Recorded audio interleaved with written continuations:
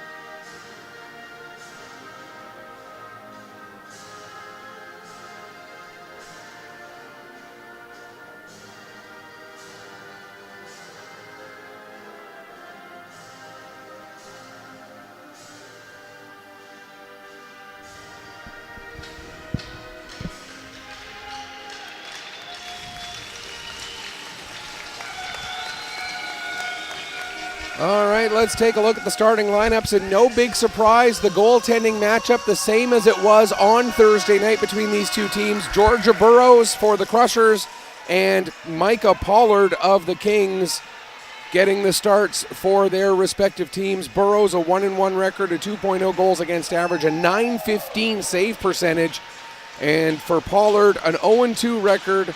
No, it's not Pollard. It is Jackson McDonald who's getting the start. My mistake. A 1-1 record with a 6.5 goals against average and .829 save percentage. In front of Burrows, you've got the defensive tandem of McKenzie and Conrad with the forward line of Smith, Mosier, and McLaughlin. No big surprise. It's McEachern, Sharkey, and Power up front with Gotel. And I didn't catch the number of the other defenseman, but as soon as I see his back, it's McLean. And we are underway here for the bronze medal at the Pee-wee AAA Atlantics. With the puck behind his own net is Conrad. He'll play it to McLaughlin near side. Up the wall to Mosier, who goes far side looking to get it to Smith. Smith will pick it up off of the side wall. Smith takes it in behind the net, tries a wraparound, but the puck rolls off the toe of his stick and all the way out to center ice. Picked up by Sharkey. He's got Power with him. Sharkey gets it across to Power. Power cuts through, and what a goal by Power. Mason Power, just 33 seconds into the game, gets his 4th goal and 9th point of the tournament. Sharkey with the assist. Yeah, Mason Power, and Sharkey, there you go. Chances on either end right at the start of the game. And the patience that Power had once that puck was on his stick. He knew he was going to fake going to the easy side and take it down around the goaltender, and he did just that. What a goal. 10 points so far. Sharky's got 10 as well as they continue their run here with an early 1-0 lead in this bronze medal game. So 4th goal, 10th point of the tournament for Power, 10th point for Sharkey. He's got 6 goals and 4 assists. And the Crushers now are going to be playing from behind for the first time against the Kings. When they met back on Thursday night, the Crushers scored first, went up 1-0. The Kings came back, tied it at 1, and then the Crushers earned the game-winning goal with just 63 seconds left in regulation to get that 2-1 victory. With the puck now is Walst. He tries to take it down the wall, gets it knocked off his stick. Crossman tried to follow up. Now it goes back to the line. Marchand with the blast. It comes off the end boards. Austin trying to pinch in to get to the puck. Getting to it just ahead of him was Sibink, however, and now McDonald will get it just out over the line. Crossman brings it in, and good job there by Spence to get out just in time. Crossman down in the corner, lost his footing, gets back up. Walst coming in to try and help, but the puck is turned over to the line and just out as they get past Marchand, and here comes Walker. This is Rowan Walker. No, it's not. It's Austin Walker, excuse me. They both have 1 at the end of their number. And sometimes it's hard to see what the first number is, but that's Austin Walker. Rowan, no relation, by the way. There's McLean with a shot. McGrath, excuse me, with the shot. Then he takes a little bit of a bump from the much larger fellow number 6, Marchand. Ben Marchand, one of the biggest defensemen in this tournament. Now a centering pass. That puck squirts away, and here's Steele with the puck. Landon Steele gets it out over the blue line, gets all the way up to Sim, and Lane Sim will carry it forward. Sim has it knocked off his stick, picked up there by Austin Walker. He'll turn and play it over to the near side for McLean. McLean gets it up to, that's McNeil. He'll dump it in. Back to get it there is Manos. Manos ahead for Dalton, but Dalton loses the puck. It's picked up there by Power. He tries to take a shot. It goes off a leg over to the far wall. Steele couldn't get his stick on it. Shot taken there by Sharkey, and the save made by Burrows, and she'll hang on for a face-off. 2:54 gone here in the first period. Very quickly, just want to mention, if you want to join the conversation about this game, don't forget, send us tweets at AAA Atlantics. That's our Twitter handle, and we'll get your shout-outs on. We've had people watching from Florida, people watching from North Carolina, all across the country. We love having you here. We've had people watching from Australia. Wherever you may be watching from, let us know. We'll give you shout-outs for sure. Here's Conrad carrying the puck up. He has it knocked off his stick as he comes across the blue line. That's going to lead to a penalty, and the Crushers will get their first man advantage of this game. It's going to be a slashing call against Sharkey. So a good opportunity here for the Crushers to really come out and even the score here, or at least, in fact, get their first shot on net. It's been a very powerful performance, very big start there by Prince Edward Island. And, of course, you can credit that a lot to Power and Sharkey. But here's an opportunity for them to get some pucks on net and hopefully at least develop some sort of cycle here in the offensive zone. And for the Crushers, their power play has been very good. 5 of their 8 goals in this tournament have been scored on the power play. They're 31.3% efficiency, 5 for 13. There's a shot and a save made there by McDonald. And for the Kings, their penalty kill has been giving them a little bit of trouble, just 65.2% efficiency, giving up 8 power play goals on 23 chances. In fact, the first goal that they scored in the first time these two teams met was by McLaughlin, and he scored that goal on the power play. Puck in the corner. McLaughlin, who did have that power play goal, as you mentioned, plays it back to the line.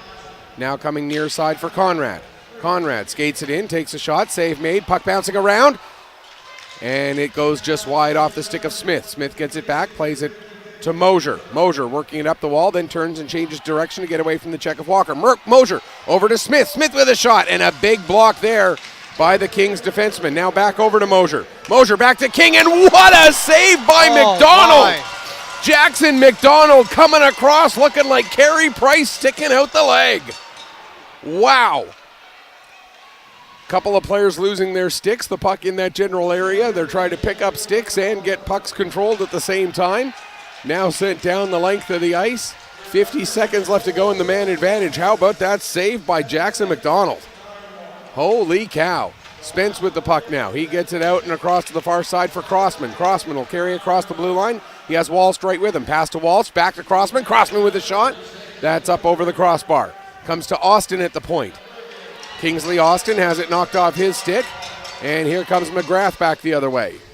McGrath sends it down deep. Back to pick up there is Marchand. He leaves it for Austin. Austin with the pass ahead for Spence. 20 seconds left in the man advantage. Crossman now brings it in across the blue line.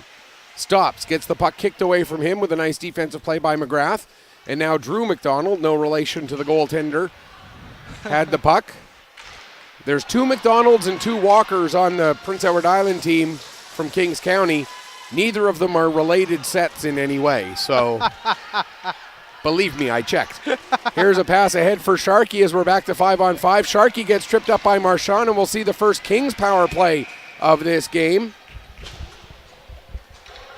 So here we have it. Big opportunity that was missed by the Crushers, and you got to give the Prince Edward Island defense credit, including the offenseman that pinched back. McGrath did a great job. And, of course, now it's time for another power play on the night, this one going to Prince Edward Island. Petter, how do they look so far? The Kings County Kings are 22.2% efficiency on the power play, 4 for 18, but they're going up against one of the tournament's best penalty kills. The Crushers have killed off 19 of 22 situations. That's 86.4% penalty kill efficiency. Puck played down into the corner. Now off! An innocent-looking shot from an incredibly sharp angle, but Georgia Burrows opened the 5-hole up just a little bit there, and the puck went in off of her pad. A power play goal for the Kings gives them the 2-0 lead.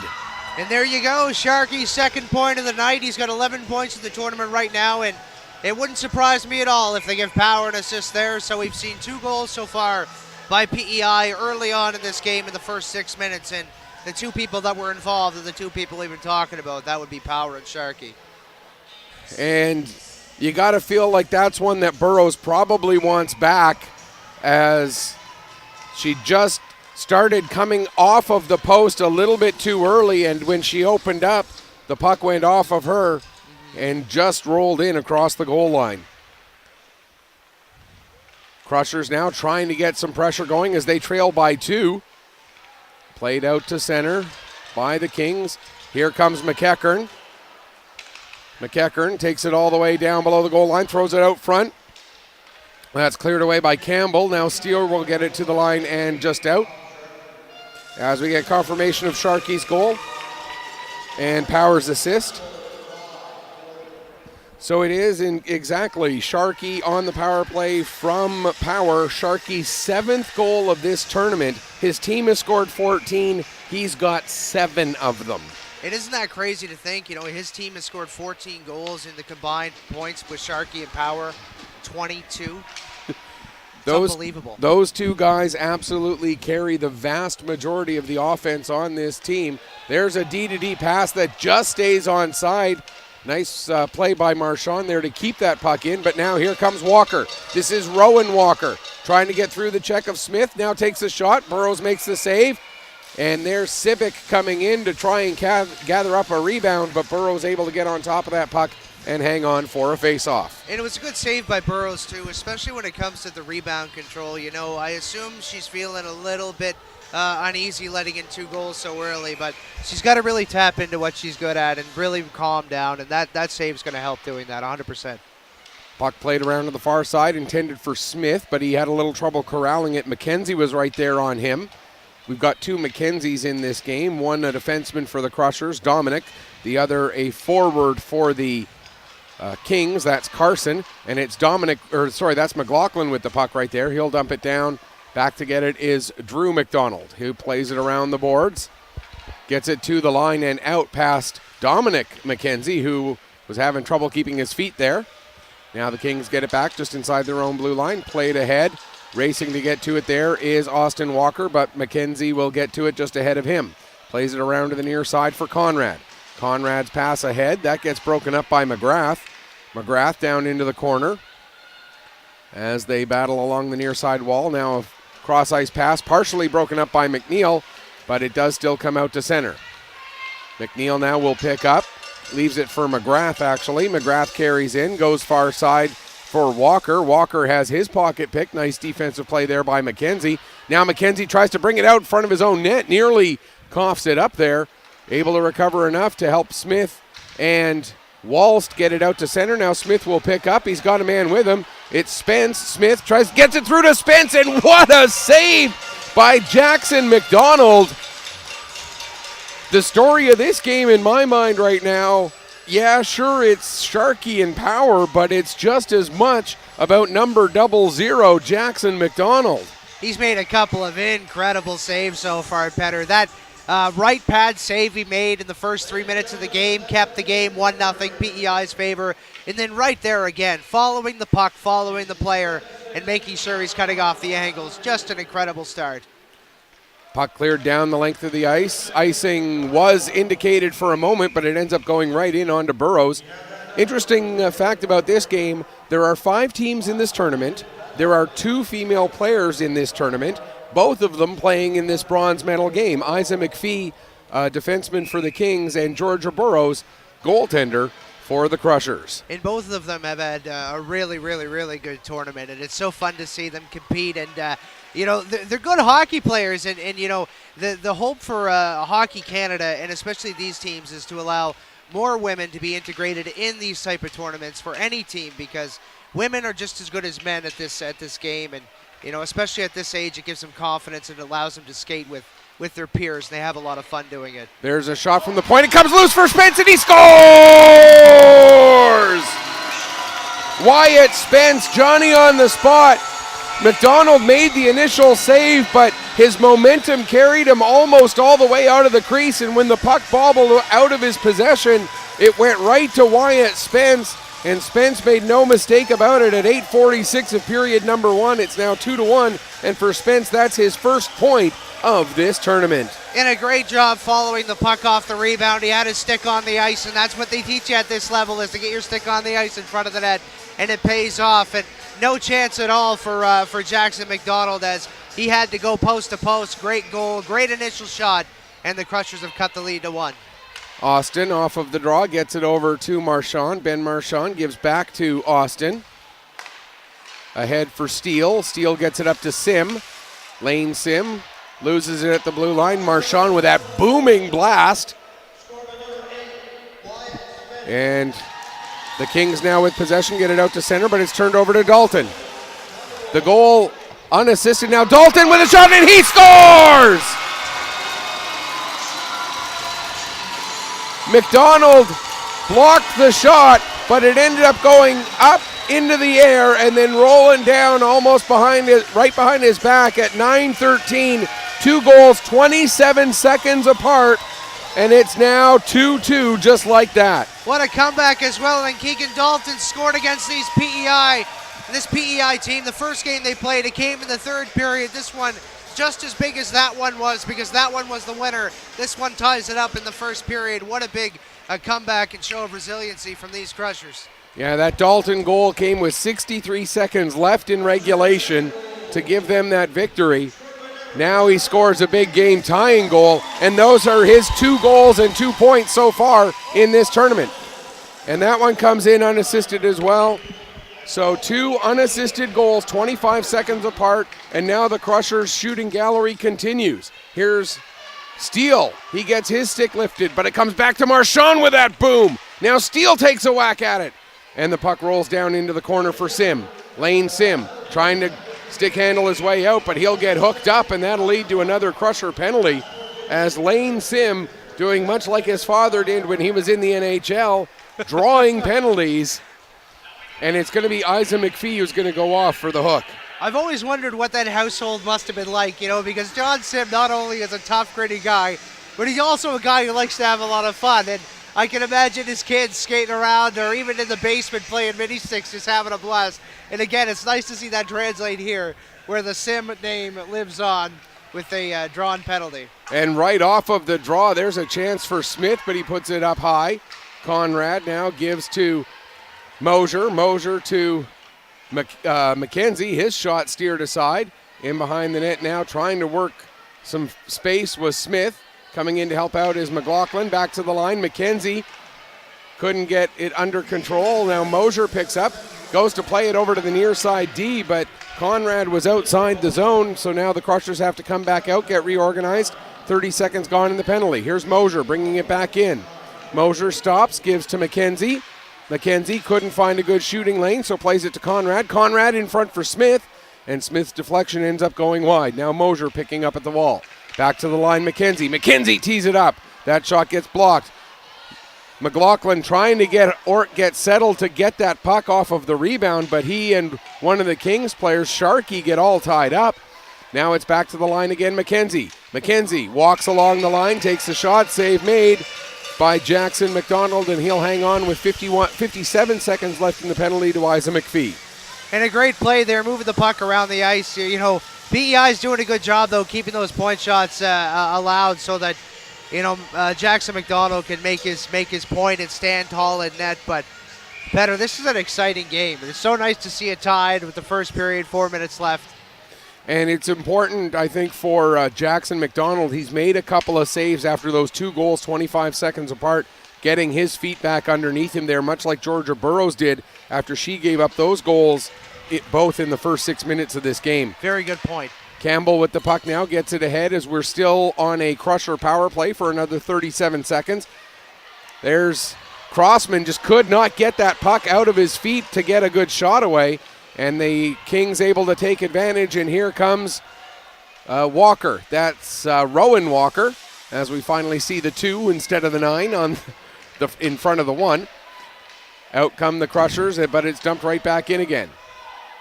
Now Campbell, easy to recognize as he's the only white helmet on the Crushers team. Here comes Campbell. Campbell takes it behind the net, gets it right back again. As we're back to 5-on-5, now down into the corner for Spence. Spence out front for Crossman! And Crossman had that, I think, a little bit come off the heel of his stick. Now Austin with a shot from the point. Kingsley Austin with a good blast. Now Austin gets the puck again, maybe the smallest defenseman in the whole tournament. He's usually paired up with the biggest one, Ben Marchand. Now Austin takes the backhand shot. That goes off the side of the net. Another shot, and the save made by McDonald. And then Steele gets blasted from behind right before the whistle. Interesting fact about Landon Steele, he is the only player on this Crusher team who won a gold medal at the Atlantics in baseball last summer, had a chance to play for gold possibly at the Atlantics in hockey this spring, but they came up just 1 game short here. What an opportunity that would be, to win them both. That's incredible. And there's a shot, a deflection, and covered up again by McDonald. And Landon Steele, a really good little baseball player. When he hits his growth spurt, his fastball is going to be incredible. You watch him on the mound. When the fastball grows, so does the slap shot. There you go. Sim wins the draw cleanly back to Austin, plays across to Marchand. Marchand with a shot. And there's another save by McDonald. And again, I love the pairing of Austin and Marchand as a defensive pair. You got the smallest D in the tournament, the biggest D in the tournament together on one pairing. It really is cool to see, and it's funny because a lot of the great defensemen are paired that way. You get a big guy who can kind of play more defensively, and then a little guy who can really fly on those skates. And it's great to watch them play. And, of course, one of them has hit his growth spurt. The other one hasn't quite yet. Here's Marchand with the puck as the referee goes down behind the play. Marchand loses it, and it rolls right in onto Burroughs. And another thing about Ben Marchand, when my wife was teaching at the school that he was going to at the time when he was at Walter Duggan, She was, running the Christmas concerts and theater.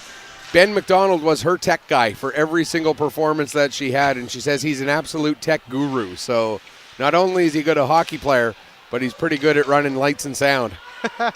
Mosier with the puck there at center ice. He gets it ahead for Smith. Smith with a shot. Isa McPhee with a nice block there, excuse me. Now Smith turns and tries to fire again, but that one also gets knocked down in front. Puck played out to center. Conrad gets it ahead for Mosier. Here comes Mosier into the zone. Mosier with a shot. McPhee another block. It comes back to Mosier, and the save made by McDonald. And we got to give a big shout out to this Kings County coaching staff, in particular Connor McIntyre, going through a family tragedy, burying his father just yesterday, but back with his team today for this bronze medal game. Huge shout out to Connor McIntyre, and our condolences to him and the entire McIntyre family. Our thoughts are with the team and the family, and especially when it comes to a coach and his family, his family becomes part of the players' family, and best wishes, and our hearts are with you today. Here's Sibic with the puck rather, and coming in just a little bit ahead was Carson McKenzie with 1:27 left to go here in the first period. Crushers now outshooting the Kings 19-6. It has started to feel a little bit one-sided, but you look at those numbers, it doesn't feel like it's quite that much tipped in the Crusher favor. No, it really hasn't, and in fact, I wouldn't even imagine that 19 would have been on the board. In fact, I have a pipe blocking my vision. I thought it was 10. Wow. Here's Walker with the puck. Rowan Walker. He gets it as far as the line, held in there by Campbell. Puck deflects over to Spence. There's a shot. Save made. The rebound a little bit too high for Crossman to get settled. And now it's over into the near side wall.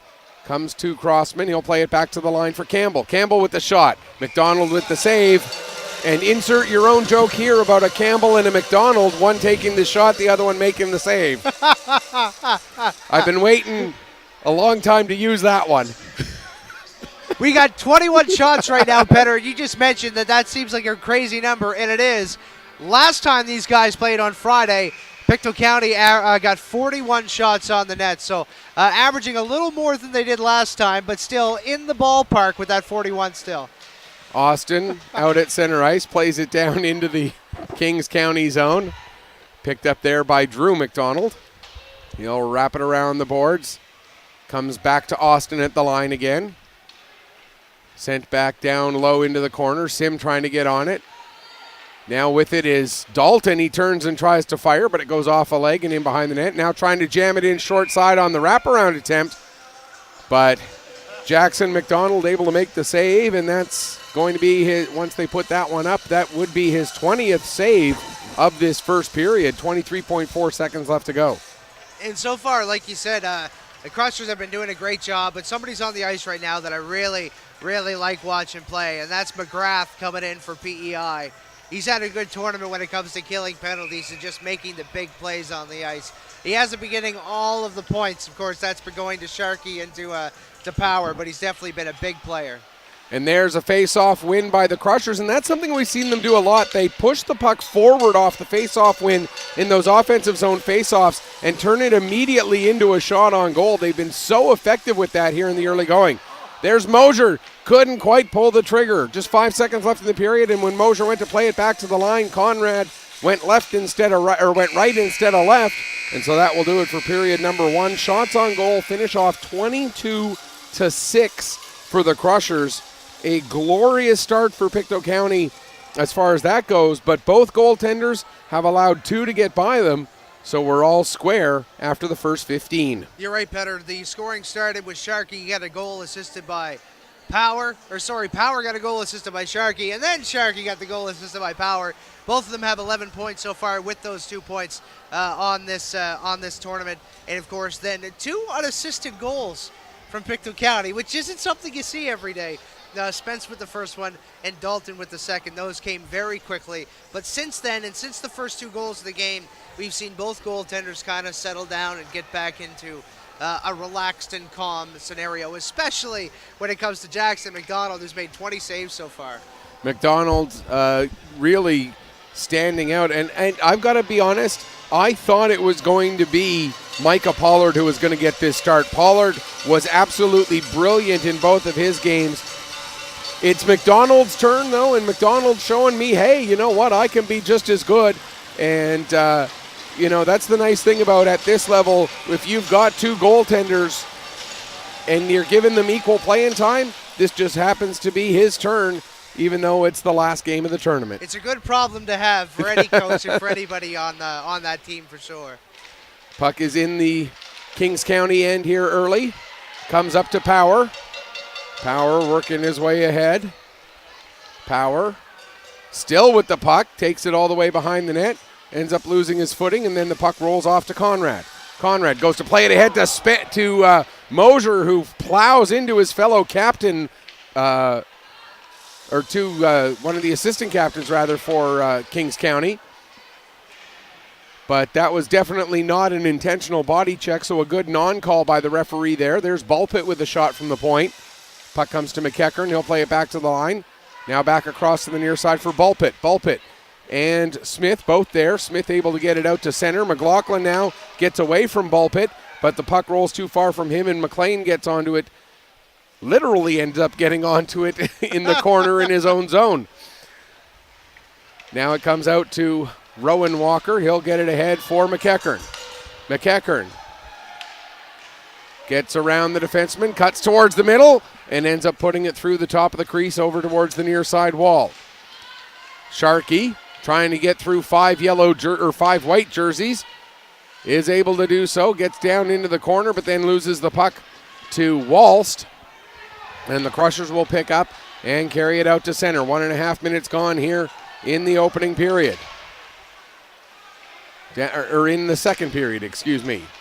Manos down in the corner gives it to Spence. Spence went to play it back to the line to Walst, and that ended up going through him and all the way down the ice. And Kingsley Austin has to hurry to get back onto it. He does. And it's set up for Walst. Walst, pass for Crossman, a little bit behind him, broken up by McKenzie, but Spence following up on the play is able to pick up and comes into the Kings zone. Takes the shot. And McDonald with the save to hang on for a face-off. 2:06 gone here, period number 2. And that's one thing that I love about this type of tournament and this age of players, the PEI AAA, is because we see them start to disagree with the referee and the linesman, but they're very polite about it. As we saw, Caden Smith in the corner when the PEI player was laying on the puck, Caden looked at the ref, raised his hand, and it was very politely saying, I disagree with the call, and it's nice to see. It brings a smile to your face. Here's Marchand with the puck. He gets it down to Sim. Lane Sim gets it ahead. Now try to get it through to Steele, but that doesn't quite connect. Steele for Sim. Sim with the shot, and his stick was actually blocked a little bit there, which changed the direction of the puck, and McDonald had to be quick to get that leg out. Now Steele with the puck, coming in behind the net with it. Steele back to the line for Marchand. Ben Marchand with a shot, gets through, and you hear that thud off the end boards, the power of that shot of Ben Marchand. Puck comes all the way back down. Yes, I'll admit it, I am a fan of this kid. Can't wait to see him in the other Crushers jerseys, moving up levels, possibly someday playing for the hometown Junior A team as well. In behind the net, there's McLean involved in the battle, but coming out with it is Steele. Back to the line for Austin. Austin plays it back down the wall to Sim. Sim now takes it behind the net.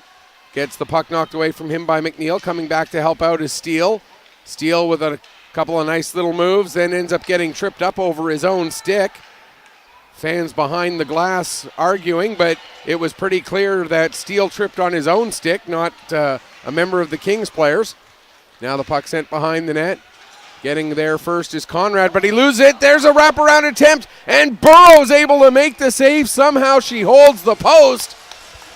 What a save there by Georgia Burrows. What a great save. And you imagine the heads up and the strength it takes to keep your pad on the post when you're playing on the ice. A lot of people don't understand, but, that ice is pretty slippery. And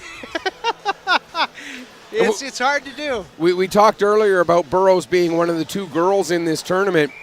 I've been hearing that a lot of the guys on the team are asking her, so are you going to keep playing boys hockey next year, or are you going to move over to the girls? They are desperately hoping that she's going to try out for the Major Bantam Bombers and keep playing boys hockey, although I'm sure the selects would love to see her move back over to the girls game as well. Either way, we're in for a treat watching her for the next couple of years. Absolutely. There's a battle in behind the net in the King zone. Puck comes up the wall. Played back to the line now for McKenzie. McKenzie tries to get it back down low, but McEachern breaks that up. And it comes out to center. And now bringing it back in is Conrad. Conrad goes to make a back pass, but Sharkey was right there to break it up. It's played out to center and picked up by McKenzie. McKenzie comes through center, plays it into the zone.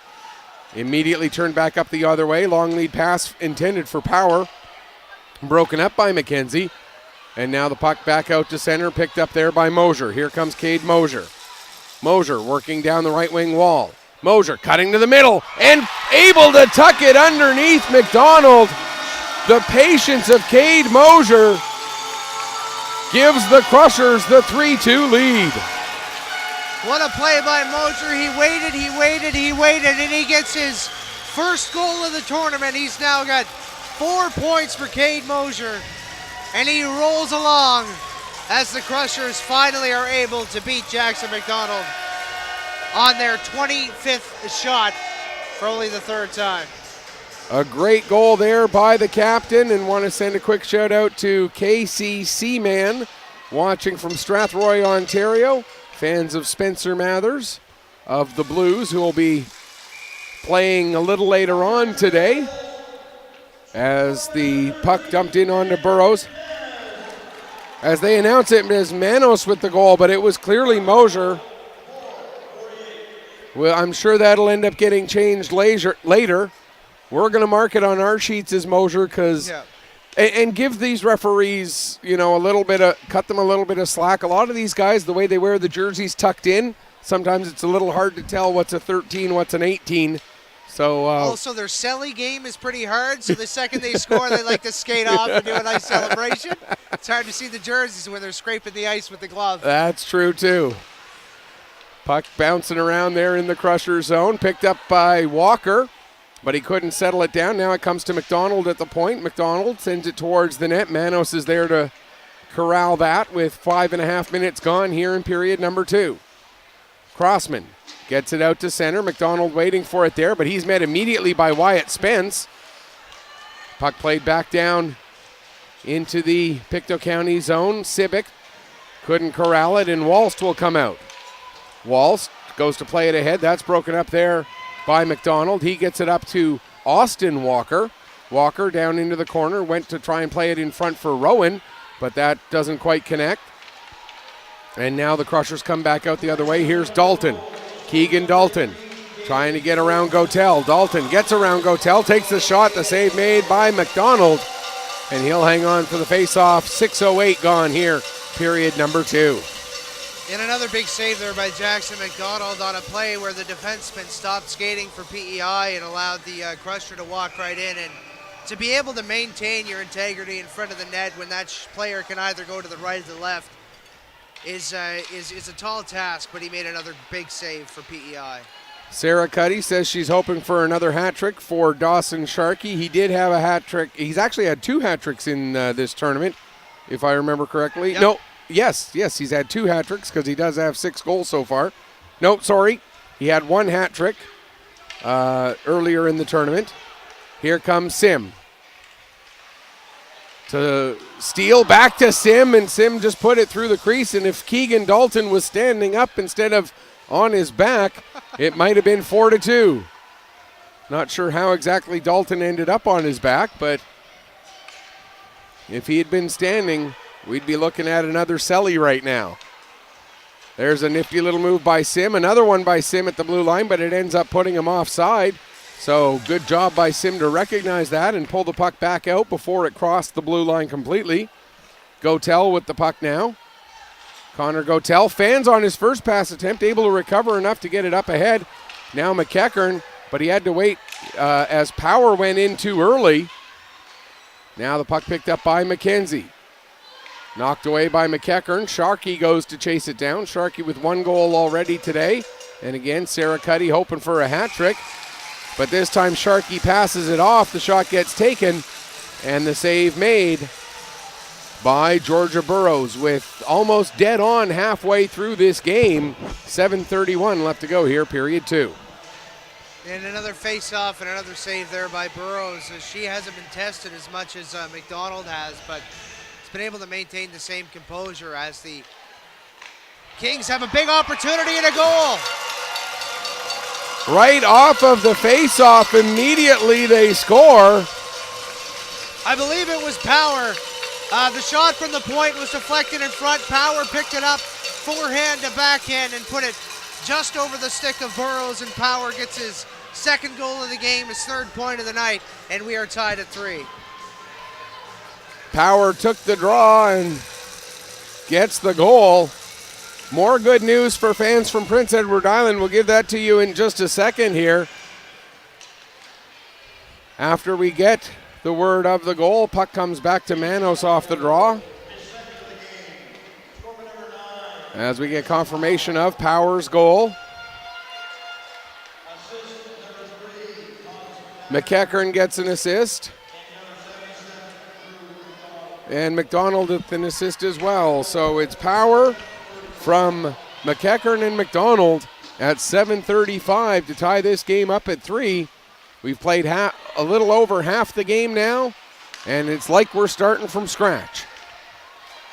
Here with it is Crossman. He brings it into the Kings County zone. Ends up playing off the end boards. Walst coming in to get after it, but it's taken away from him.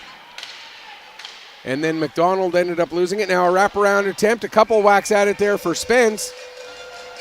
And then we get a little bit of pushing and shoving in the crease after the whistle. And very quickly we'll let you know that the team representing Prince Edward Island has won bronze at the Midget Female Atlantics. They beat the Eastern Icebreakers of Newfoundland Labrador by a score of 3-1 to earn the bronze there.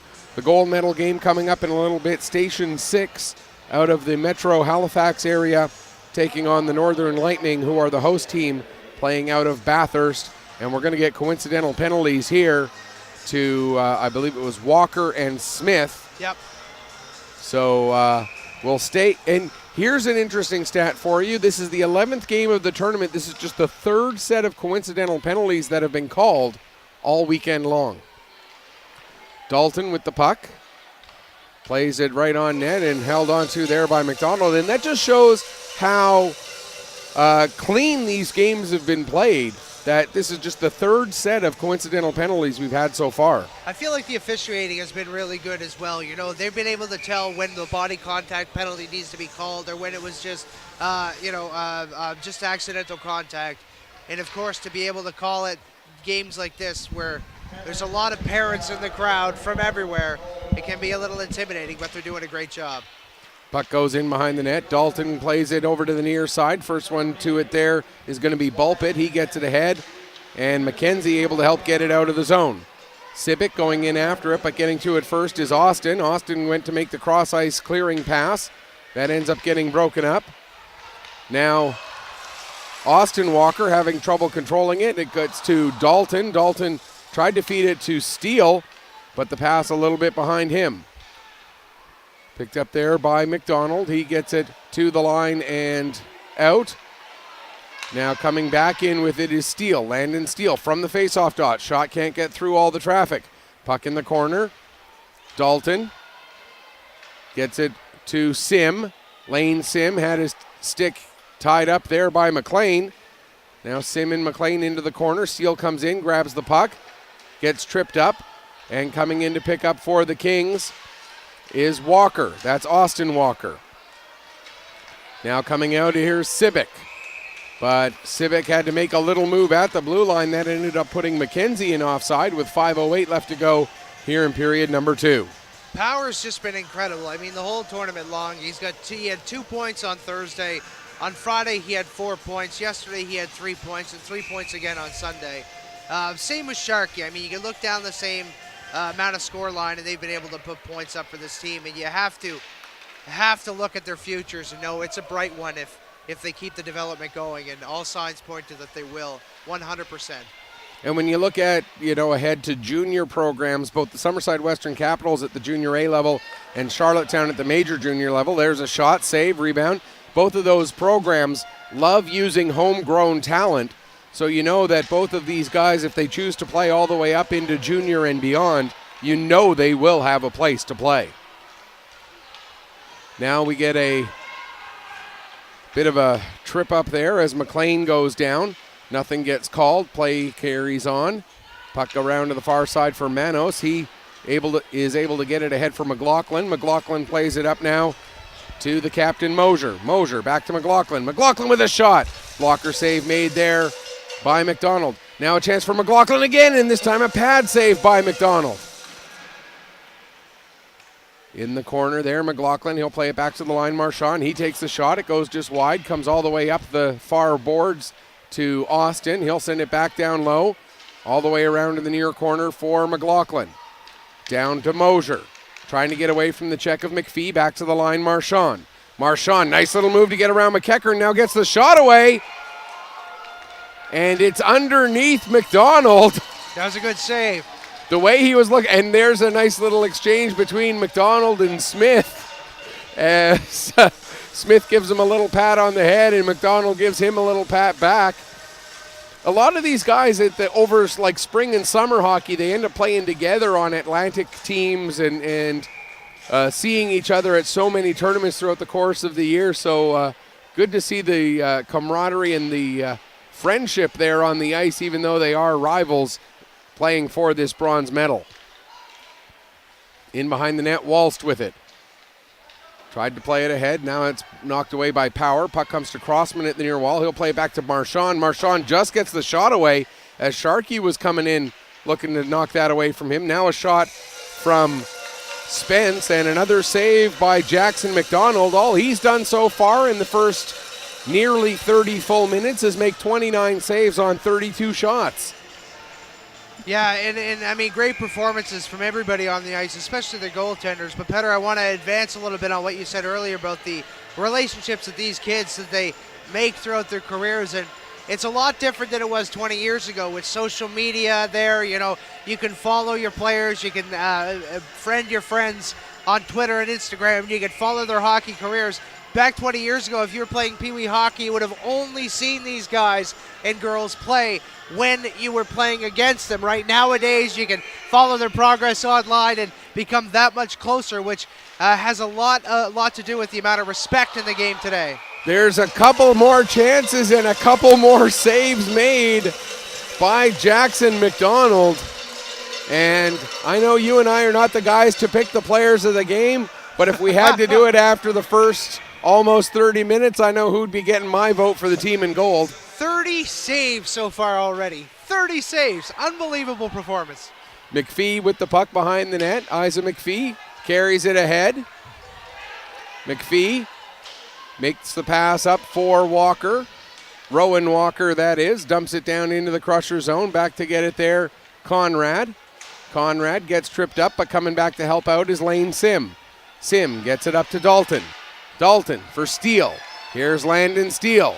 Cutting through, ends up losing his footing, but Sim comes in again to follow up. Sim with the puck. For Steele, there's a one-time chance. And again, it's kicked aside by McDonald. Now Dalton back to the line for Conrad. Conrad to Steele. Steele tried to get it through to Sim, but that's broken up. And now coming out the other way, here's Sibic. He gets it over to McKenzie. Or to Walker, rather, excuse me.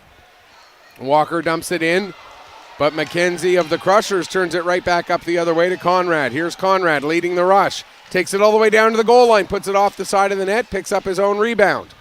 Puck flipped up, and the Kings County Kings able to bring it out. Here's McLean.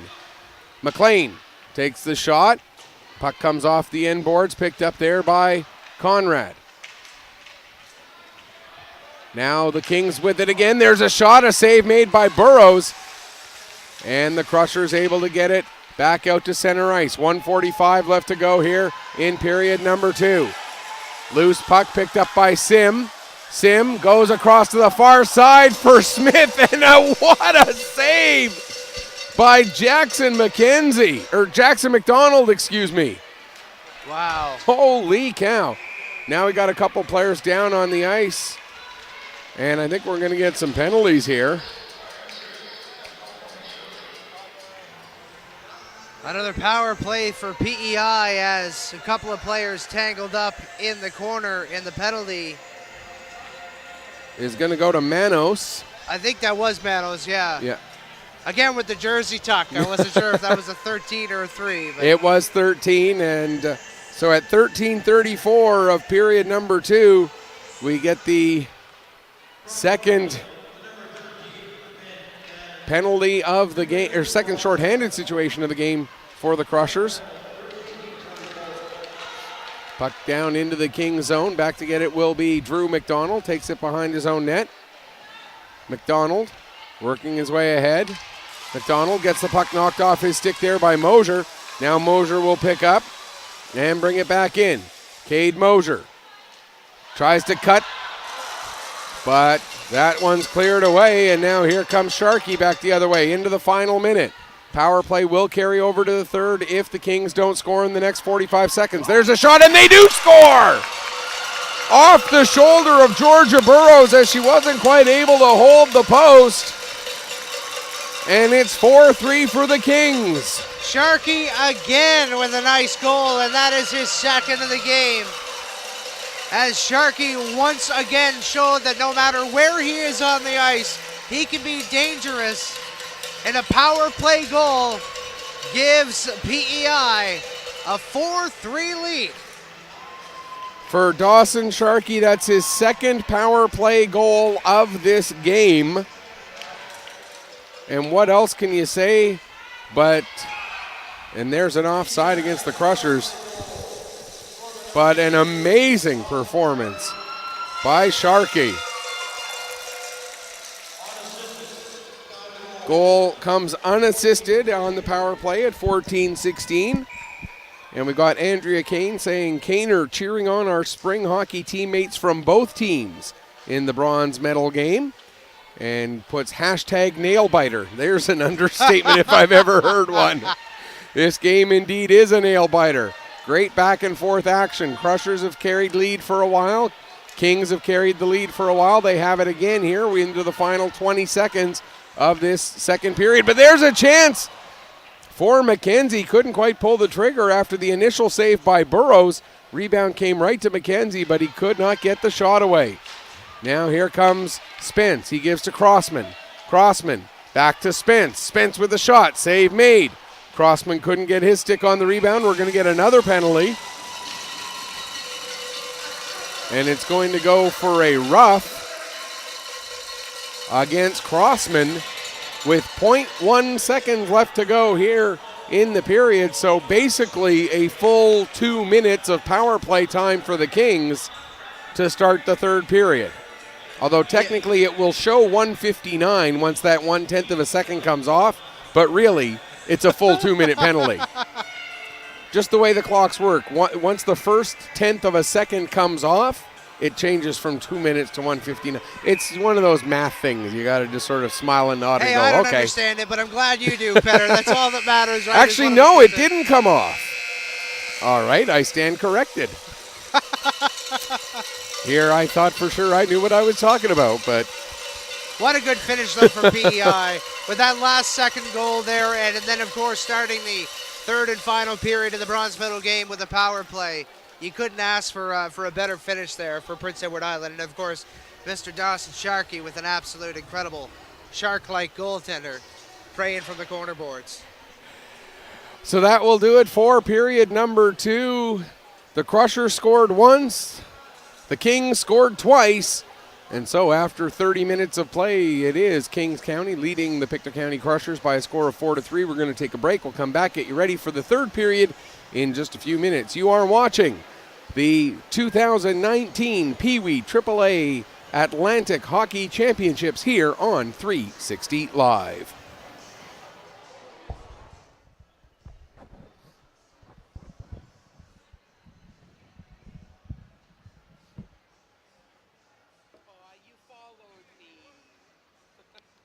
Yeah, damn right.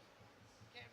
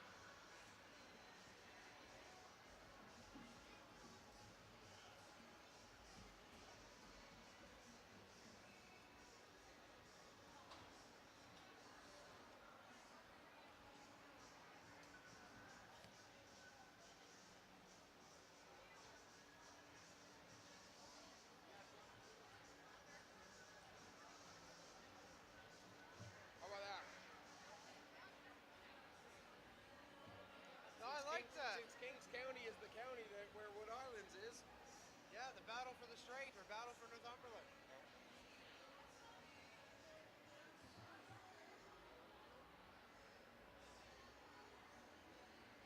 I referenced it a couple of times in their game in the round robin. Just haven't had a chance to slip it in yet in this one.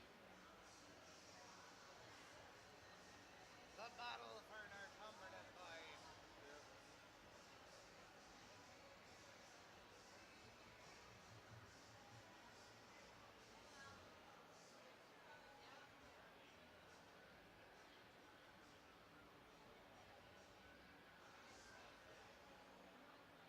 So they ran the draft lottery simulator 100 times. Uh-huh. Montreal won 3 times at 1%. Wow. Yeah. Did you see any of the highlights at all? No. The final goal Bob Cole ever called was Ryan Paling, his 4th of the night in a shootout. First NHL game, he scored 2 goals on his first 2 shots. He scored his 3rd goal on his 4th shot, and he got the shootout winner. This is it.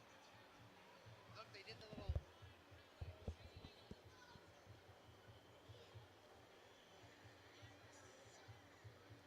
Yes, sir! There will only ever be one Bob Cole. I cried so many times last night. I really did. I mean, you think of all of the calls he's been involved in, and I mean, the interviews that we've done, like Dennis Savard and Dale Howardchuk and Guy Lafleur, and every time you asked him about their big goals, there was always Bob Cole made it great. Yeah. And he called the last Canadian Stanley Cup. Yeah. And now a 24th banner will hang from the rafters of the famous Forum in Montreal. The Canadians win the Stanley Cup. He called the final game in the Maple Leafs garden saying goodnight. Yeah. I mean, he called Barry Lemieux getting 50 for the first time. Like, it's just unbelievable. Unbelievable. Well, even just his Olympic games. Forget the NHL. Just his Olympic calls. Yeah. Beautiful. In and of themselves. Gio Sakic. That goal where it went through Korea. No, shit. I gotta look that up. Because who scored it? Was it Korea that scored it, or did it go through Korea's legs? The pass, or it went through Lemieux's legs? It went through Lemieux's legs. Yeah, Sakic made the pass, and it was the Gio Sakic.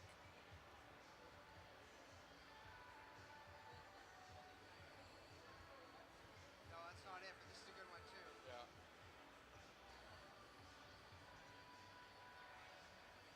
I think that is the one where he says Gio Sakic. Look at that, Shanahan. Was that Niedermeyer in there too?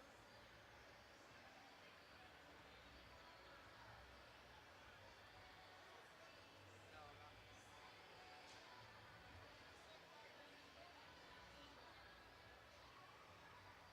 Yeah, this one. Oh yeah. That, like, this is one of my favorite Yeah. Bob Cole calls of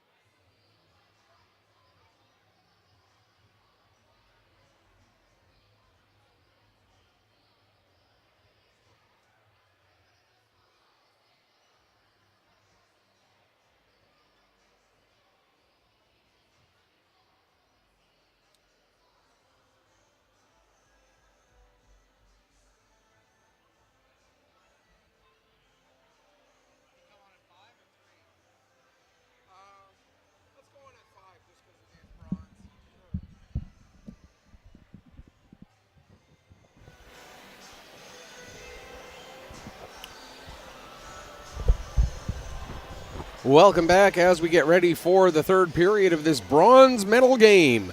The battle for the Northumberland as the two teams representing the two counties on either side of the Northumberland Ferry, the PEI to the Wood Islands to Caribou Ferry. And right now it's the Kings County Kings leading the Pictou County Crushers by a score of 4-3. I just about said it again. There have been a few times this weekend where I've gone Pictou County Weeks Junior A and then stopped myself. It just rolls off the tongue so much after 11 years, right? It does better. But you're right, late goal there by Dawson Sharkey gave the Kings a 1-goal lead, and of course they will start the third and final period with a power play as well. But it's been a real nail-biter in the fact that the Crushers have had the majority of the scoring opportunities, but we talk a lot about Power, we talk a lot about Sharkey, but the person who's having the game of his young career is Jackson McDonald. Yeah, McDonald has just been incredible out there between the pipes for the for the Kings. And like I said, but after the round robin, I thought it was going to be Pollard who was going to get the start. Micah Pollard was absolutely brilliant in his 2 games. McDonald had his struggles, but of course, one of the games he played was the game against the Blues, where every goaltender has struggled against the Blues. Yeah. So maybe it wasn't fair of me to make that assessment based on that. But he has looked so good in this game so far. Really, really strong between the pipes. And Georgia Burrows for the Crushers, maybe not having her best performance of the season so far. She's let in a couple that she probably does want back. Yeah, that's a good point, Petter. And it's not always the easiest to maintain your composure when you're standing alone in your own zone for 3, 4, 5 minutes at a time before the puck comes back down the other ice. But I'm sure she had a nice break, and the coach had a couple of words with her to get her confidence back up. And this third period is going to be exciting. Whichever way it goes, these guys and girls have put their hearts on the ice today and are playing for a bronze medal. So regardless, one team is going to be very happy. The other team is going to be very sad, but hopefully they both know at the end of the day they played their hearts out and they had a great weekend of hockey. Shout out to Donna Hume watching, proud aunt of Connor Gotel watching, cheering on the Kings County Kings in this game. We also got Gabby Buffett cheering on the Blues. They're going to be out on the ice about an hour from now in the gold medal game. She's apparently homesick, cheering on her brother Cameron. We'll get to that game a little later on, but right now we've got one more period to determine who is going to be Atlantic bronze medalists here in the 2019 Pee Wee AAA Hockey Championship. Here's Gotel with the puck. He brings it in across the line as the Kings are on the power play here. Their third power play of the game. They are 2 for 2 so far with the man advantage. But that puck gets turned over, and there comes Mackenzie with a shorthanded chance, and the save made there by McDonald with 33 seconds gone in the period, and really 33 seconds gone in the penalty because it started with 1/10 of a second left in period number 2. Yeah, and we were expecting that last second to tick off, but no, it stayed at 2 minutes, which is an interesting thing to call a penalty with 0.1 seconds left in a period. But hey, Kings reaps the benefits. So the puck cleared to the line, not out, kept in there by McLean. Now down low for McEachern. McEachern tries to get it across for Power, but a great job there by Mosier to tie up Power, not allow him to get his stick on that puck. Power had the back door wide open, and now here comes McKenzie. He's got Mosier with him. McKenzie coming in, takes a shot, save made by McDonald. And that one cleared to the corner, picked up there by Sharkey. Sharkey gets past one man, now carries up through center. Here comes Sharkey. Sharkey has it knocked off his stick, but the Crushers can't clear. Puck comes to McEachern, over to Power. Power with a shot, and he misses far post. McLean sends it towards the center of the ice. That's broken up to the line and just out as Sharkey couldn't quite hold. 24 seconds left in the penalty. Played back ahead for McEachern, but he had to back in with the puck, and that ended up bumping Power offside. So the Crushers are able to play it back out to center. Here's Power with it again. Power brings it across, gets it knocked off his stick. And now coming up the other way, here comes Smith. Smith will dump it right in onto McDonald. McDonald steers it to the corner as we are back to 5-on-5. Puck played ahead there for Walker. Walker, if this had been a contact league, Walker would have been absolutely floored there by Dalton. And then Walker recovers by saying, no, that's Power. No, that is Walker. Walker recovers from nearly getting bowled over by firing a blast blocker side on Georgia Burroughs, and it's now 5-3. What a shot. He knew he wanted to fire that one as hard as he could, and sometimes, better you don't even need to aim with those shots. You just wind up and you let her fly.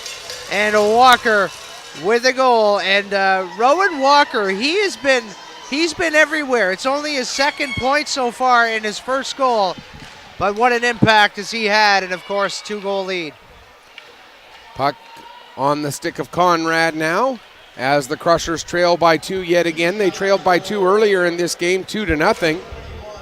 Came back to tie it and then take the lead, and then the Kings have scored 3 straight now as Carson McKenzie gets his second point of the tournament with the assist on that goal. And here come the Kings through center. It's McKenzie who assisted on that last goal, but Spence slowed him up enough that it results in an offside. And I'm just noticing now the socks of David Sibic. I don't know if you noticed it or not, but the knees of those socks have worn completely through on David Sibic. I just noticed it now. It's a new look. And we got another Kings player there, the defenseman out there now with the socks not nearly worn through as much, but you can see the shin pad poking through a little bit on those ones as well. Good thing it's the last game of the year for these guys. They can retire those socks. They've been well worn. In the corner, there's McLaughlin in behind the net. Comes out in front. Smith turns and fires. Blocked. Marchand with a shot. And another save made there by McDonald. His 38th save of this game. And I know we've been saying it a lot, but it's worth repeating. He has been fantastic in that Kings net. He really has. And I mean, some big saves at a big time. And that one right there was a big save at a big time. I mean, if he can shut the door for a little while longer, then time is going to be against the Crushers. And that's something that Kings is really excited for. Whether they get another one or whether they kill another 4 minutes, it'll be a win in their books. Puck sent down into the Crusher zone. Sharkey on it there. Now the Crushers able to pick up, come back out, and here comes Mosier. Mosier coming in, takes a shot. That goes over the crossbar. Picking up at the wall is McKenzie. McKenzie takes it down below the goal line. Nobody back covering for him, though, as McKenzie is the defenseman on this shift. Now heading back somewhat is Smith, but it doesn't matter, though, if McKenzie's able to go 5-hole, and he does, pulling the Crushers back to within 1. It's now 5-4 with 11:10 still left to go here. And a nice goal there, just slipped under the pads of McDonald. And McKenzie, the goal scorer on the play. Dominic McKenzie, I believe, is the guy who scored the goal. Second goal, third point, yep. You got it, Petter. You're on top of this, man. I'm sorry. Slacking a little bit. So the Crushers pull it back to within 1, and we got a long way to go still in this one. 11 more minutes left. Somehow I got the feeling 5-4 is not going to be where this one ends. I think we're going to see a little bit more scoring yet to come still. McLean with the puck. He loses it to Sim. Sim will dump it back into the Kings County zone. Back to get it there is McPhee. McPhee plays it off the wall. Coming back to pick up there is Walker. Walker loses it to Steele. As we get confirmation of McKenzie's goal. Puck comes out to center for Campbell. That goal unassisted. And here's a weird one. The Crushers have 4 goals, all 4 of them marked as unassisted goals for the Crushers here this afternoon. It's very odd. There's a statistical anomaly you won't see very often. Here comes Walker. Walker can't go through 5 white jerseys by himself, And Sim will come back up the other way. Sim, a couple nice moves. Now Dalton picks up. Dalton with the shot. Save made. Dalton gets the rebound in behind the net. Now it's picked up there by Austin Walker. Walker carrying it ahead. Gets the puck knocked off his stick momentarily by Sim, but he recovers. Gets it ahead. Intended for McGrath, but that's broken up. Now McGrath gets it back again with just over 9.5 left to go. McGrath sends the puck through. Now coming back up the other way. Here come the Crushers. I think they might be in offside. Yes, they were, but the Kings are able to get it back out to center. Austin plays it ahead there for Crossman. Crossman carries across the blue line, gets around Bullpit. Crossman behind the net. Crossman still with it, drops it for Spence. Spence trying to get away from Walker. He can't. Walker takes the puck from him. Now Spence tries to get it back, but McGrath was there. McGrath will take it behind the net, out the other side, up ahead for McNeil. Now it's Spence had a shot, but it got blocked. Now it's going to be Walst in behind the net. Walst in front for, what a pass by Walst and what a finish by Crossman. We're all tied up at 5 with 8:45 left to go. Crossman from Walst. Crossman gets his first goal of the tournament, and it can't be bigger than that, Petter. As what an incredible pass. You saw him waiting in front of the net. He had a stick on the ice, exactly what you got to do at this day and age, and the puck found his stick.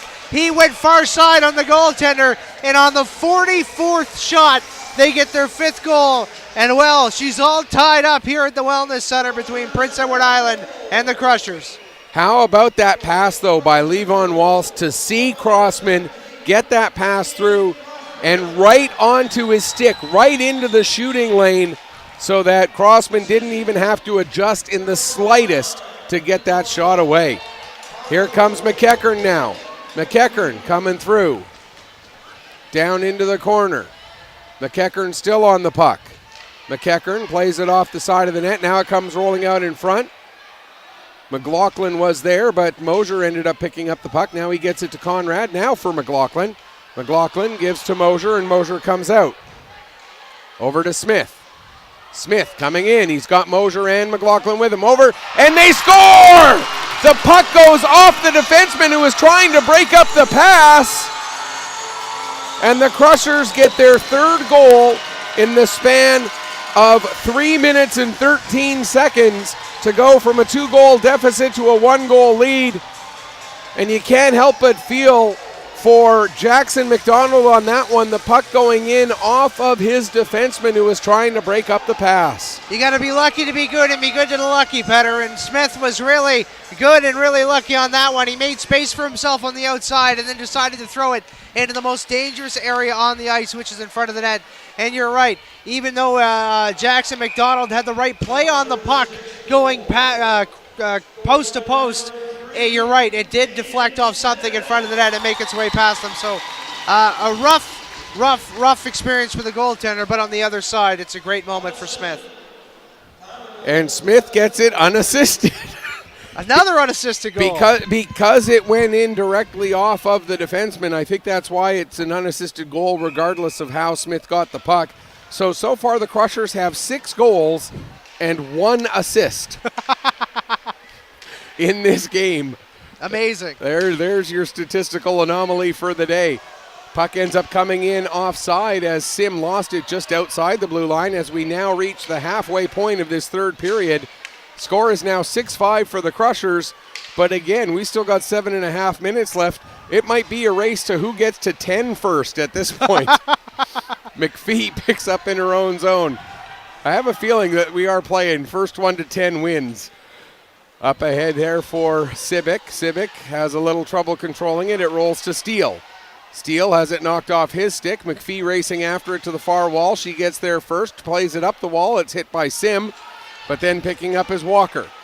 Here comes Walker. That's Rowan Walker. He ends up losing it. And now there's going to be a penalty against the Crushers. Or no, they're going to call it against... Oh, they're going to call one against each of them. Yep, that's correct. Okay. The first penalty was taken, and then the Crushers player tripped the Kings player. So with two different penalties, we're going to have offsetting. Okay, so it's an interference call against Marchand and a slashing call against Walker. So just the fourth time we've had coincidental penalties in this tournament, and two of them coming in the same game. Man, you're on your statistical game today, Petter. Well, when you're the one doing the broadcast or doing the play-by-play for all of the games, and you keep notes of every game as you're going, it's easy to pick up those numbers. That's true. Puck comes out. McLean plays it ahead. Out to center. Now Walst brings it back in. It rolls down to the goal line, picked up there by Sharkey.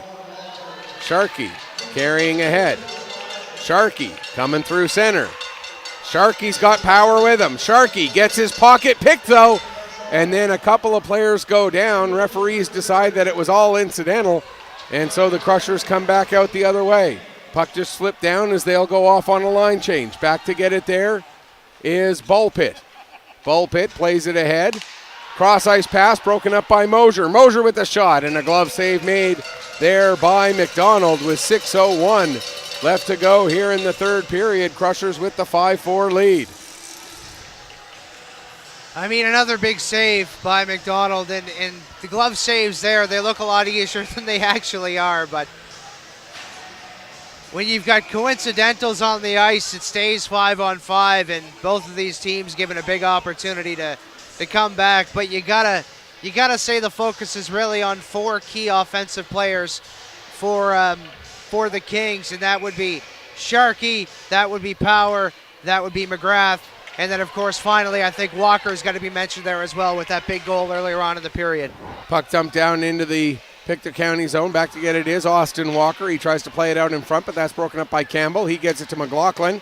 Quick one-touch pass there for Mosier, but Mosier couldn't take it cleanly. Mosier now fights through the check of McDonald. Throws it out in front, intended for Smith, but it bounces way up high in the air. And coming back the other way, here's McGrath. He gets it over to McNeil. McNeil has his pocket picked, and it's picked up by Mosier, who gives to Austin. Austin plays it around to the far side for McKenzie. Back to Austin near side. Kingsley Austin, lead pass for Mosier, gives to McLaughlin. McLaughlin gauges the red line, dumps it in, and the Crushers make a full forward unit change as the line of Dalton, Sim, and Steele come out. Now here's Sim with the puck. Tries to poke it ahead, but that's broken up there by McGrath. He gets it up to Power, but it's into Power's feet, and Dalton comes back up the other way. Under 5 minutes left. Dalton with the shot. That goes high and wide. Puck rings around the boards all the way out to center. Campbell there to get it. Campbell off the wall, right for Sim. Sim will dump it in. Back to get it will be Drew McDonald in behind his own net. Plays it ahead. Out to center. Picked up by Campbell. Campbell couldn't do much with that. It comes back to Campbell, but then he has it taken away from him.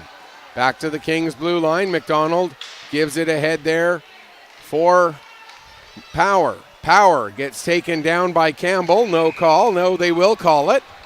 I was looking at the front ref. It was the back ref who decided to call it, and he will call the interference. But then Campbell, to add insult to injury, not only does he take a penalty, but he ends up going into the boards awkwardly, and he looks to be in a fair bit of discomfort there.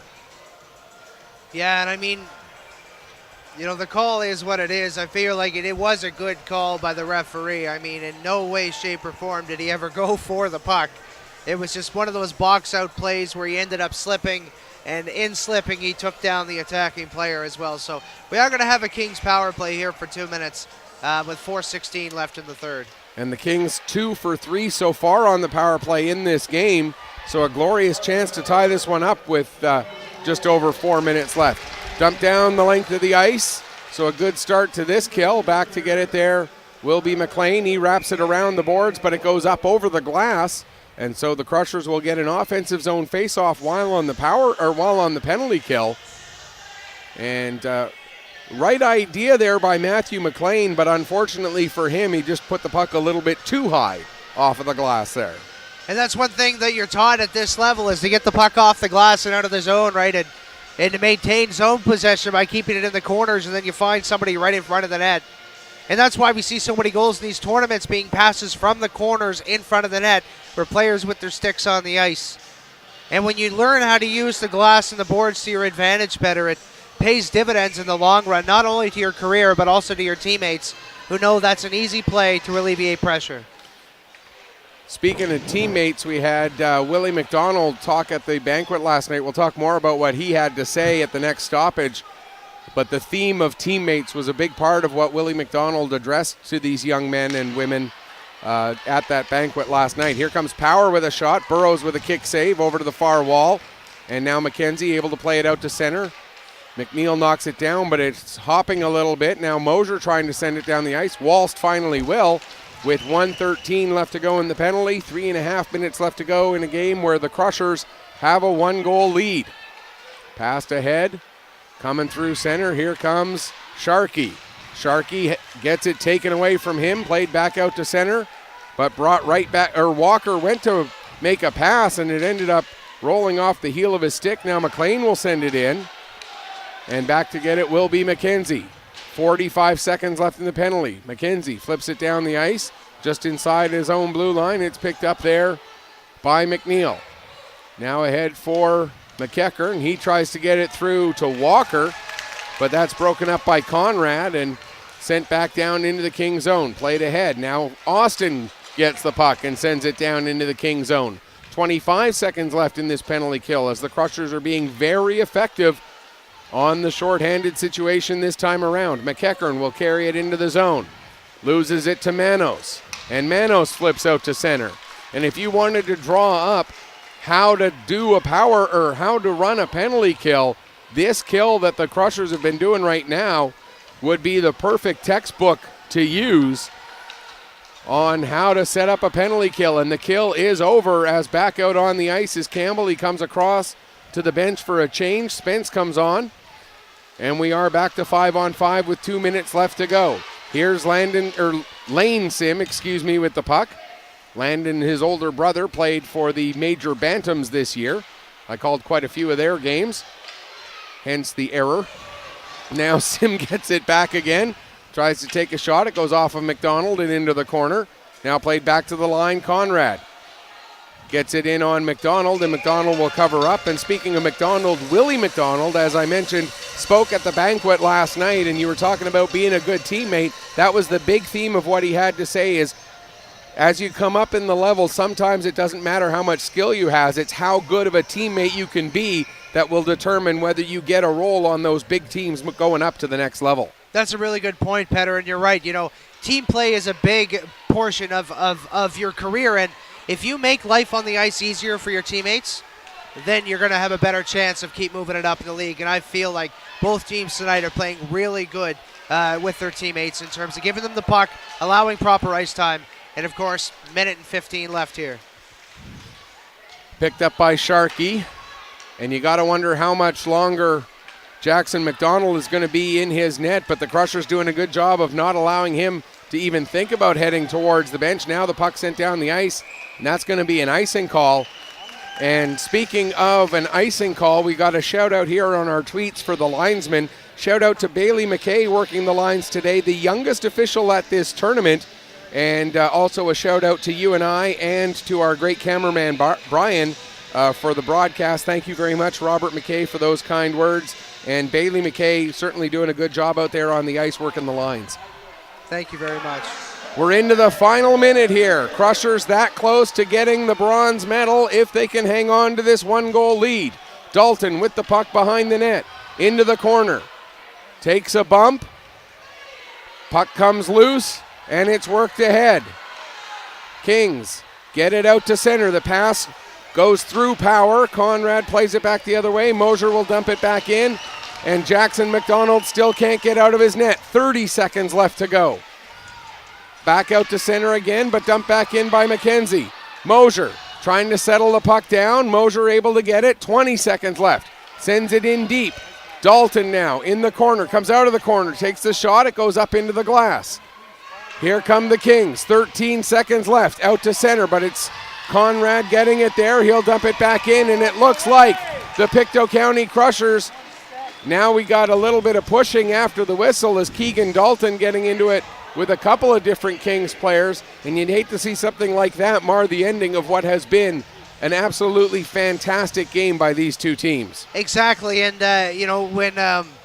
when you're in hockey at that age, the coach could say one thing, emotions run high no matter how old you are when you're playing a game like this. And one thing that you would always say is if somebody tries giving you grief, or if you will try to give somebody else grief, look at the scoreboard. There's no need to argue. There's no need to push. There's no need to shove. Let the game end the way it is. There's still a lot of time left. We've got about 7-8 seconds left. The goaltender's going to be pulled. We've got a face-off in the Crusher zone. Anything can happen. Skate away. You especially don't want to be in the box if your team does end up winning the bronze. And right now we got head coach Jeff Green showing everybody exactly what he wants defensively, while head coach Morgan McDonald and assistant coaches Connor McIntyre, Taylor Reed going over everything with the Kings. 6.9 seconds left to go. Goaltender is pulled. It's going to be McDonald, Sharkey, McKenzie, McEachern, McLean, and Power for the Kings. And for the Crushers, the most important player right now is Mosier, who wins the draw back into the end boards. McLaughlin just tying it up, trying to help kill that clock, and they will. And the Crushers are 2019 Atlantic bronze medalists. Congratulations to the Kings County Kings on a great season. A fourth place finish here at the Atlantic's plenty to be proud of. But for the Crushers, the hometown team, they get to come home with the hardware. They've earned this bronze medal. A hard-fought 6-5 victory for the host Crushers. And what a comeback, too. This game was incredible. This is what the AAA Atlantic's PEI is all about. Two teams on the ice, the lead changed, big saves, big goals, great teamwork on the ice and off the ice. And good job to Prince Edward Island. They came in and had a great tournament. Of course, a bunch of bright stars on their team, which we can't wait to watch them through the next several years of hockey. And that statement is echoed as well for the bronze medal winners. And we're going to get the presentation of the players of the game, as well as, I believe there is actual hardware as the bronze medalists, so we're going to get that handed out as well. We'll stick around for all of that. Players of the game, in my mind, as good as Sharkey was, as good as Power was, in my mind, it's got to go to number 00. Oh, he made some big saves, and when you get 47 shots against you in a game, to keep them in it, it's amazing. What a great play by Jackson McDonald. And it is indeed who is going to get the player of the game for Kings County. Jackson McDonald, he's probably feeling a little bit disappointed right now, but he's going to look back on this performance and he's going to be able to smile at the great work that he made. For the Crushers, a few different guys you could talk about. In my mind, though, it is, actually it's funny, that's the name I was just about to say, the captain, Cade Mosier, as he led his team not only getting a goal, but winning that big face-off with 6.9 seconds left and doing so much else on the ice throughout this game. Cade Mosier gets the player of the game for the Crushers, well-deserved. Mosier impressed me the most on that penalty kill. With the last 4 minutes left, he was part of that foursome on the Crushers' blue line. And, of course, the back checkers that did not allow Kings to get any possession in the zone. That was a picture-perfect penalty kill, just a work of art on the ice. And now we are going to get the presentation of the bronze medals. And, again, we got to give a huge shout-out to the Kings. They had a great tournament. Yes, maybe not the result that they were wanting, but they were, other than the game against Bedford, which, again, everybody got dominated by Bedford. They were in every single game. They lost a close one to St. John's. They lost a very close one to the Crushers in the round robin. They beat Fredericton in overtime, and then losing another close one here to Pictou County for that bronze medal. No reason for the Kings to hang their heads at all.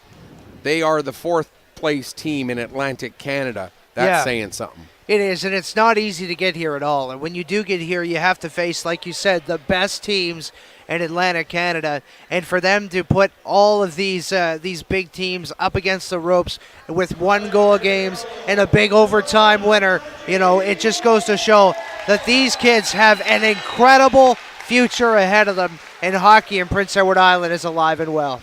And now we're getting the presentation of the bronze medals. Georgia Burrows gets hers first as number 1, and what an effort Burrows had today. I mean, yes, she had her struggles at times, a couple of goals that maybe she didn't want to give up, but she played really well throughout the whole tournament, finishing with a record of 2-1. And then you've got, as they go down the line here, Caden Smith. What a tournament he had. Caden Campbell. Then we got number 5, big Levon Walst. And then Ben Marchand.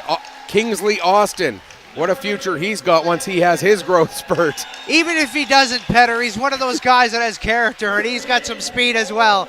And, of course, if you put him with a guy like Marchand, he plays like he's 6'4", and that's all that matters. What a guy. What a tournament by Austin. And then you've got Wyatt Spence and Conrad, Owen Conrad, and then Dominic McKenzie.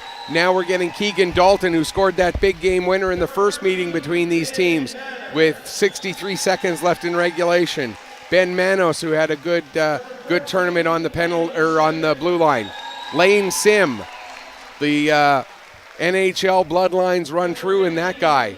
Landon Steele, we talked about how good of a two-sport athlete he is, winning an Atlantic championship in baseball, now winning an Atlantic bronze in hockey. Nice hair, too. Oh, yeah. Second best hair in the tournament. You've got the best, right? No. You'll see the best hair in the tournament in the gold medal game. Then we continue on with Amias Crossman and the captain, Cade Mosier. And then also there is Clint McLaughlin, who had some big goals.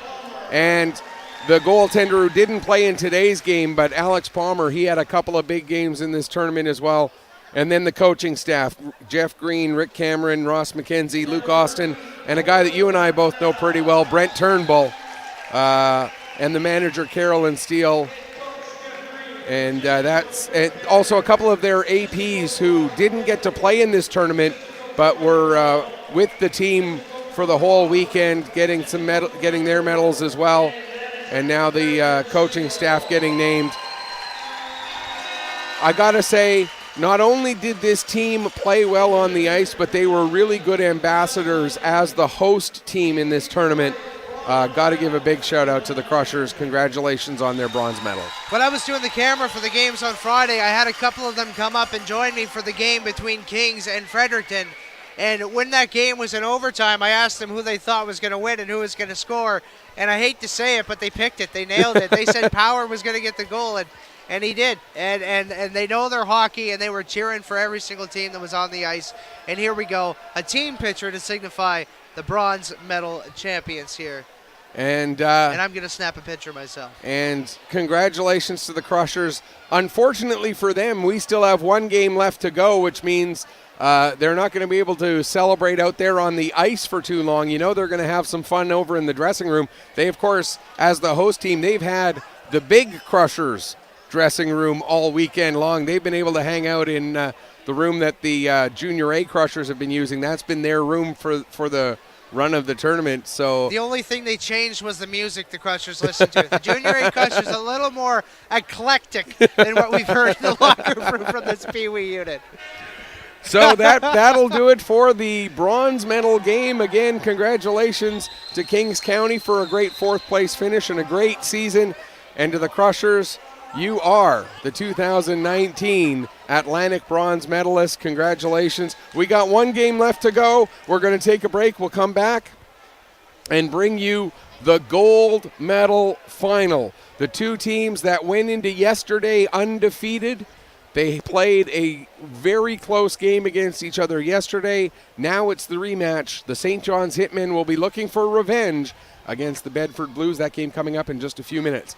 Until then, on behalf of the awesome cameraman Brian and the greatest color commentator I've ever worked with, Alex Terrio, this is Michael Petter saying may your skates always be sharp, may your shots always hit the top shelf. Final score, once again, the Crushers win the bronze medal with a 6-5 victory over the Kings County Kings. Thanks for watching. We'll be back with you very shortly.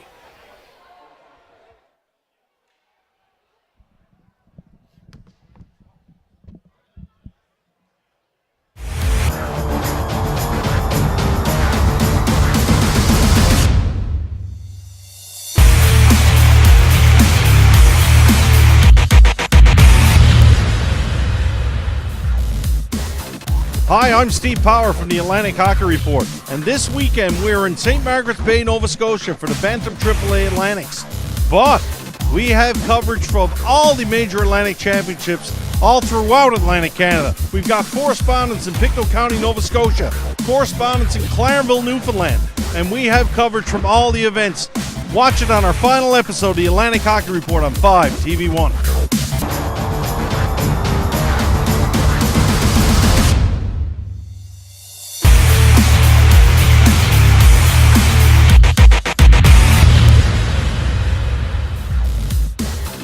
Hi, I'm Steve Power from the Atlantic Hockey Report, and this weekend we're in St. Margaret's Bay, Nova Scotia for the Bantam AAA Atlantics. But we have coverage from all the major Atlantic championships all throughout Atlantic Canada. We've got correspondents in Pictou County, Nova Scotia, correspondents in Clarenville, Newfoundland, and we have coverage from all the events. Watch it on our final episode of the Atlantic Hockey Report on 5 TV1.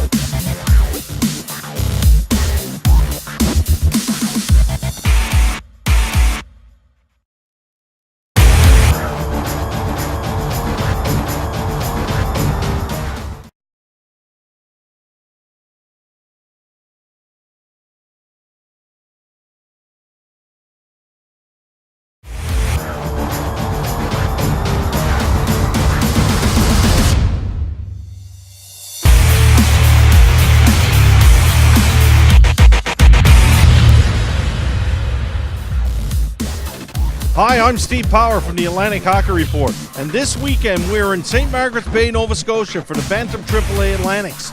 But we have coverage from all the major Atlantic championships all throughout Atlantic Canada. We've got correspondents